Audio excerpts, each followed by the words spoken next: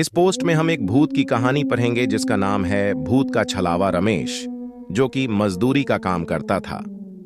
एक दिन वो पास के गांव में मजदूरी के लिए गया। काम खत्म होने के बाद वो शाम के समय अपने घर के लिए चल दिया, पर उस दिन अचानक से बारिश होने के कारण रमेश कुछ देर उसी गांव में रुक गया। फिर जब बारिश बंद हुई तो रमेश वापस अपने घर की तरफ चल दिया, मगर तब तक अंधेरा हो चुका था।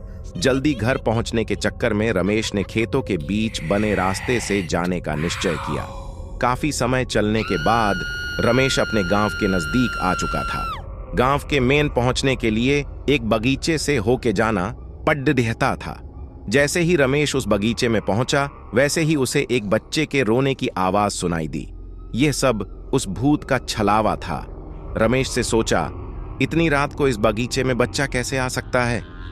उसने बच्चे को ढूंढने के लिए इधर उधर देखा, पर कोई नहीं दिखा।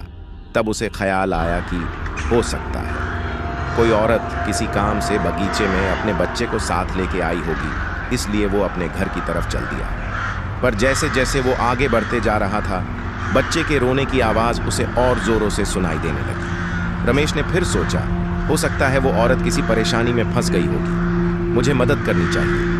फिर जिधर से आवाज आ रही थी, रमेश उधर ही जाने लगा। कुछ दूर पहुंच के उसने देखा, एक 6-7 महीने का बच्चा एक पेड़ के नीचे लेटा हुआ है और वही रो रहा है। रमेश तुरंत उस लड़के के पास पहुंचा और जोर जोर से आवाज देने लगा, कौन है यहाँ पे, किसका बच्चा है ये?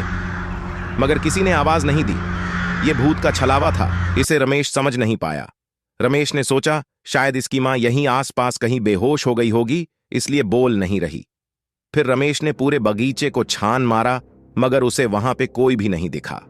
अब रमेश ने गुस्से में चिल्लाया, कौन यहां बच्चा रख के चला गया है? मगर किसी की आवाज नहीं आने के कारण रमेश ने वहीं रुकने का फैसला किया कि देखता हूं कौन यहां अपने छोटे से बच्चे को रख के चला गया है। थोड़ी देर में तो आ ही जाएगा, फिर उसे डांटूंगा। भूत का छलावा। मगर काफी देर बीत जाने के बाद भी उस बच्चे को लेने के लिए वहां पे कोई नहीं आया। अब रमेश समझ चुका था कि शायद कोई जानबूझ के अपना बच्चा यहां पे छोड़ DDH के गया है। तब रमेश ने उस बच्चे को गोद में उठाया और घर की तरफ चलने लगा। रमेश रास्ते भर चिल्लाते हुए जा रहा था, कैसे कैसे लोग रहते हैं यहाँ पे, अपने ही बच्चे को अकेला छोड़ DH के चले गए। गुस्से से वो पूरे रास्ते बड्ढाते हुए जा रहा था। तभी रमेश को ऐसा लगा कि उसे चलने में दिक्कत हो रही है, क्योंकि बच्चा बहुत भारी लग रहा था। मगर रमेश घर पहुंचने की जल्दी में और तेज चलने लगा कि काफी रात हो चुकी है, जल्दी इस बच्चे को लेके घर पहुंचा जाए। कुछ कदम चलने के बाद रमेश को ऐसा महसूस हुआ जैसा बच्चे का वजन बहुत ही ज्यादा बढ़ चुका है और वो बच्चे की उठा के चल नहीं पा रहा था। जय